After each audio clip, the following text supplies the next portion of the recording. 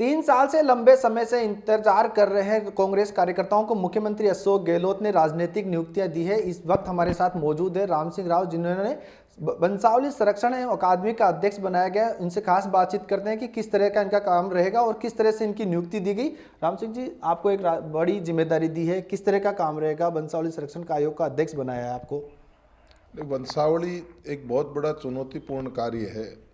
हमारे पूरे भारत में ये एक विशेष तरह का काम होता है। पूरे संसार में कहीं पे भी आम आदमी का इतिहास नहीं लिखा जाता, लेकिन भारत में ये एक गौरवशाली परंपरा है जहां आम व्यक्ति का इतिहास राव जी द्वारा उनके घर जा जा करके ये लिखा जाता है।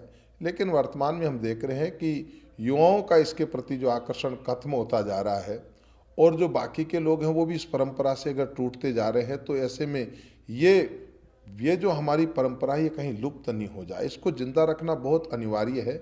और इसके लिए आदरणीय अशोक जी गहलोत साहब ने इस वंशावली के लिए जो है वो मेरे को नियुक्त किया है। राम सिंह जी, भारत ही एक ऐसा देश है जहां पर वंश लेखक की परंपरा चलती आ रही है बरसों से, लेकिन आज भी इनको बहुत मोहताज होना पड़ता है। लोग इससे, युवा पीढ़ी है वो दूर होती जा रही है। इसकी वजह क्या है?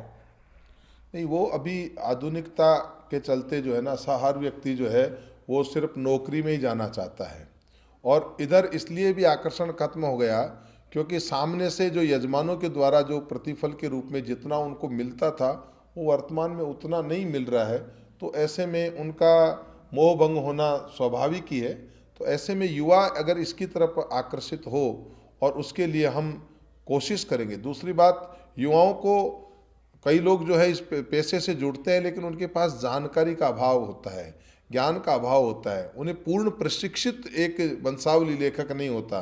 ठीक है, वो अपने यजमान के घर चला जाता है, लेकिन उसके पास जानकारी का, तो हम वंशावली एकेडमी के माध्यम से जो वंशावली लेखक है उन्हें पूर्ण रूप से प्रशिक्षित करने का कार्य करेंगे ताकि इसमें और रोचकता है। किस तरह की जो प्राथमिकता रहेगी अब आगे का आपका, क्योंकि युवा इनसे दूर हुआ, युवाओं को किस तरह से सरकारी योजनाओं से जोड़ेंगे? क्या प्रमुख प्राथमिकता रहेगी? युवा किस तरह से वंशावली लेखन की ओर अपनी ओर कदम बढ़ाए? ये वंशावली लेखन के लिए हम युवाओं को जोड़ेंगे, उनको प्रशिक्षित करेंगे, उनके लिए हम कई सेमिनारों का आयोजित करेंगे और जो हमारे वरिष्ठ वंशावली लेखक हैं उनको भी हम काफ़ी सहयोग करेंगे। तो वो वरिष्ठ और युवाओं के बीच में एक समन्वय स्थापित करेंगे ताकि उनसे ज्ञान प्राप्त करके और वो एक अच्छे वंशावली लेखक बन पाए। इस प्रकार का प्रयास हम लोग करेंगे। आपको लगता है कि बहुत कम समय है, 3 साल का समय रहता है, 19 महीने आपके बच्चे हैं, कार्य किस तरह सरकार की जो योजना है उनको भी एक चुनौती है? प्रदेश में मुख्यमंत्री अशोक गहलोत ने आपको जो जिम्मेदारी दी है उस जिम्मेदारी के अनुसार किस तरह से काम करेंगे अब आप? नहीं, चुनौती तो एक बहुत महत्वपूर्ण चुनौती है, लेकिन मैं ये कहूँगा कि ये जो नियुक्तियाँ दी है, आप देख रहे हैं सच्चे कार्यकर्ताओं को नियुक्ति मिली है। आज मैं वंशावली एकेडमी में हूँ और मैं वंश लेखक हूँ।